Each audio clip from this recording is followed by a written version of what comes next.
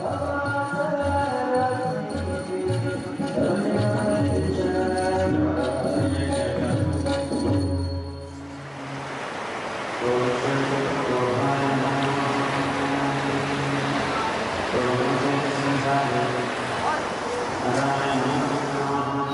the purpose of life for all of us, every one of us, is to wake up, to know who we are.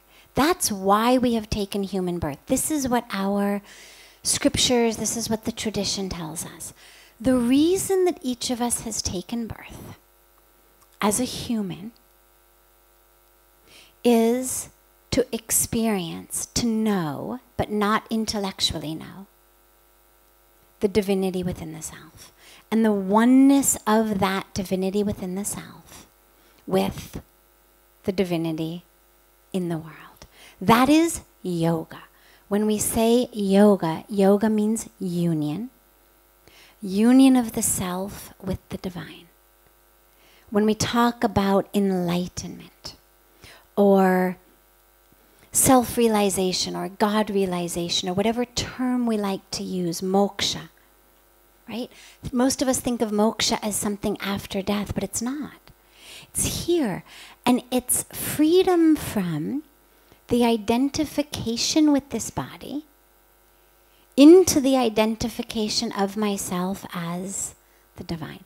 That is the purpose. There is no one who has been born for any other purpose. That being said, along with our highest purpose, we also all have individual duties. We have individual dharmas. And so, for example, as we were speaking about last week, I think it was, to most of us, in most spheres, violence is bad, killing is bad.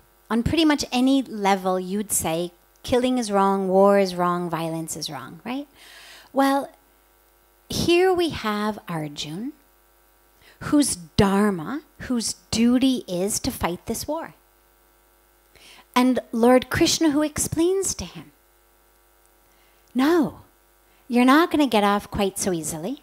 No, you don't get to go meditate. Now, if we went around and we took a vote and we said, okay, well, which is better? Killing someone or meditating? Right? Especially killing your family, killing your gurus. Would anyone say killing your family, killing your gurus definitely higher than meditating? Of course not. And yet, here we have in the Bhagavad Gita, Arjuna being told, essentially, not so fast, buddy, not out of here, not into going and meditating. You are going to stand here and you're going to do something that is not fun, that doesn't feel good, that's not glamorous, that's not romantic, that goes against everything that you thought, because this is your duty.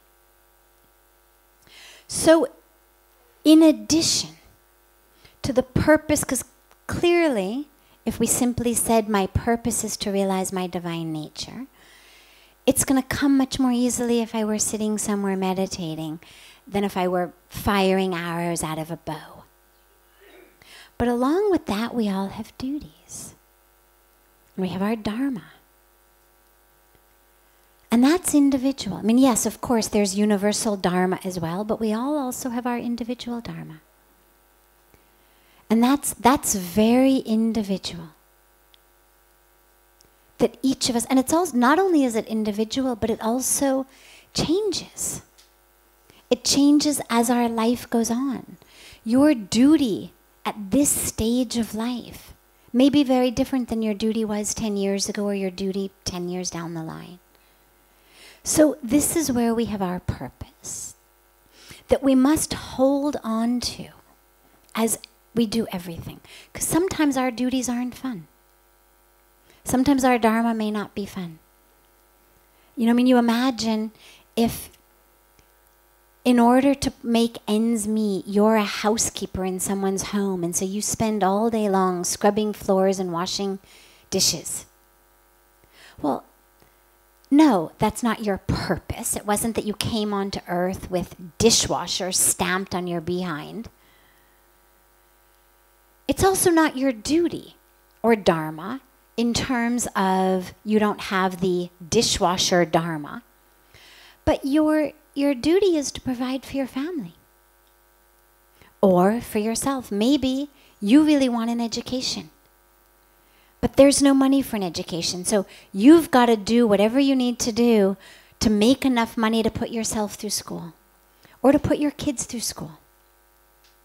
So we do all of these things with the awareness, ultimately, of our higher purpose. So I'm washing dishes, maybe I'm hating it, maybe I'm frustrated, maybe I'm, wishing that I were someone who had been born with a silver spoon in my mouth.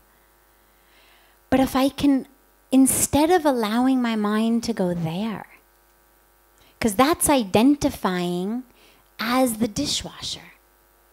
The only stamp any of us comes into this world with is divine. Soul, divine. So as you're washing dishes, don't identify as that. You identify as, how can I, through having sudsy water on my hands, experience my divine nature?